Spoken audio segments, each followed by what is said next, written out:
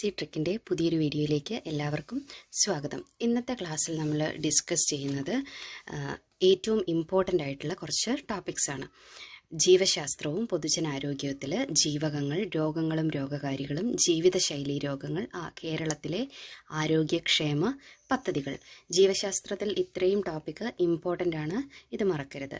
Indian ഭരണഘടനയിൽ ആമുഖം, മൗലികാവകാശങ്ങൾ, ഭരണഘടനാ നിയമനിർമ്മാണ സഭ, വിവിധ കമ്മീഷനുകൾ, ഭേദഗതികൾ, സുപ്രീം കോടതി, ഹൈക്കോടതി, റിട്ടുകൾ, ഇതാണ് ഭരണഘടനയിൽ പ്രധാന ടോപ്പിക്കുകൾ.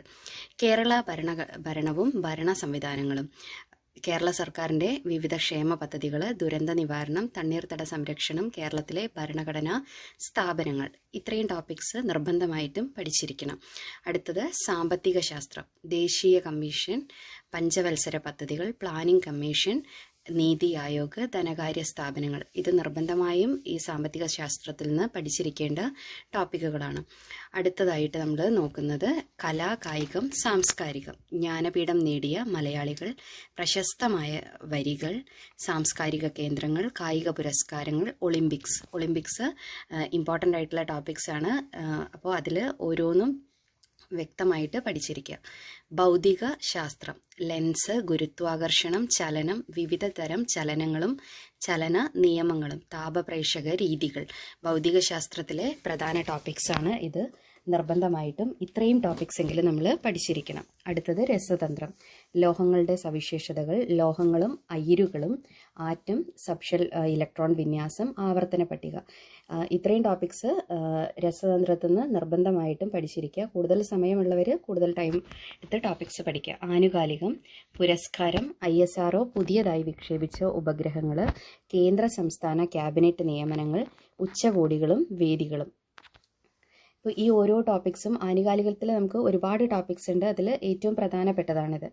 ചരിത്രത്തിൽ ആറ്റിങ്ങൽ കലാപം, വിമോചന സമരം, ഐക്യ കേരള പ്രസ്ഥാനം, മലബാറിലെ രാഷ്ട്രീയ സമ്മേളനങ്ങൾ, സ്വാതന്ത്ര്യ സമരവും മഹാത്മാഗാന്ധിജിയും, പിന്നെ അതുപോലെ 1857 വിപ്ലവം. ഓക്കെ, ഇത്രയും ടോപ്പിക്സ് നിർബന്ധമായിട്ട് നിങ്ങൾ പഠിച്ചിരിക്കണം. ഭൂമിശാസ്ത്രം, ഭൂപ്രകൃതി, ഇന്ത്യൻ കാർഷികം, ധാതുക്കളും ധാതു അധിഷ്ഠിത വ്യവസായങ്ങളും, പിന്നെ കാറ്റിനെ കുറിച്ച് പഠിക്കുക, പിന്നെ ഗവേഷണ കേന്ദ്രങ്ങൾ, വന്യജീവി സങ്കേതങ്ങൾ. അടുത്തത് ഭരണഘടനയിലെ ആമുഖത്തെക്കുറിച്ചാണ് നമ്മൾ നോക്കുന്നത്. ഭാരതത്തിലെ ജനങ്ങളായ നാം എന്നാണ് ഭരണഘടന തുടങ്ങുന്നത്. ഇന്ത്യൻ ഭരണഘടനയുടെ രത്നം എന്നറിയപ്പെടുന്നത് ആമുഖമാണ്. ഇന്ത്യൻ ഭരണഘടനയുടെ അടിസ്ഥാന ആദർശങ്ങളും മൂല്യങ്ങളും പ്രതിഫലിക്കുന്നത് ആമുഖത്തിലാണ്. അപ്പോൾ ഈ കാര്യങ്ങൾ ഓർത്തിരിക്കുക. അടുത്തത്, ഭരണഘടനയ്ക്ക് ആമുഖം വേണമെന്ന ആശയം ആദ്യമായി മുന്നോട്ട് വെച്ച വ്യക്തിയാണ് BN റാവു. ആമുഖത്തിൻ്റെ ശില്പി നെഹ്റുവാണ്, ജവഹർലാൽ നെഹ്റു. നെഹ്റു ഭരണഘടനാ നിർമ്മാണ സഭയിൽ അവതരിപ്പിച്ച ലക്ഷ്യപ്രമേയമാണ് പിന്നീട് ആമുഖമായി മാറിയത്. അവതരിപ്പിച്ചത് 1946 ഡിസംബർ 13. ഭരണഘടനാ നിർമ്മാണ സമിതി അംഗീകരിച്ചത് 1947 ജനുവരി 22.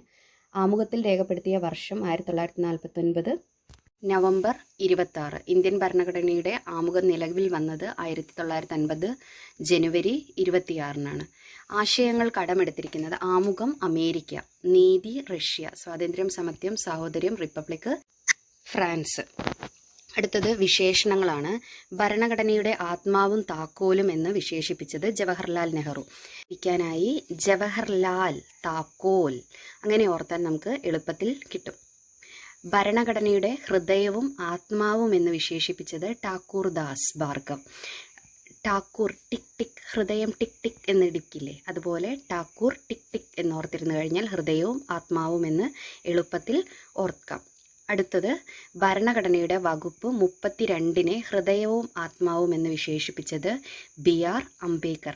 ബി എന്ന് പറയുന്നത് AB, രണ്ടാമത്തെ ലെറ്ററാണ്, സെക്കൻഡ് ലെറ്ററാണ്. അപ്പോൾ സെക്കൻഡ് എന്നുള്ളത് 32 എന്നുള്ള രീതിയിൽ നമുക്ക് ഓർക്കാം. രാഷ്ട്രീയ ജാതകം എന്ന് വിശേഷിപ്പിച്ചത് KM മുൻഷിയാണ്. KM മുൻഷി ഭരണഘടനയുടെ ആമുഖത്തിന് വിശേഷിപ്പിച്ചത് രാഷ്ട്രീയ ജാതകം എന്നാണ്. അപ്പോൾ ഓർത്തിരിക്കുക. അടുത്തത്, ആമുഖത്തെ തിരിച്ചറിയൽ കാർഡ് എന്ന് വിശേഷിപ്പിച്ചത് ഫാൽക്കി വാല. ആമുഖത്തെ തിരിച്ചറിയൽ കാർഡ് എന്ന് വിശേഷിപ്പിച്ചത് ആരാണ്? ഫാൽക്കി വാല. ഇത് മറക്കാതെ പഠിച്ചു വയ്ക്കുക. വിശേഷണങ്ങൾ നിർബന്ധമായും ഒരു ക്വസ്റ്റ്യൻ പ്രതീക്ഷിക്കാവുന്നതാണ്.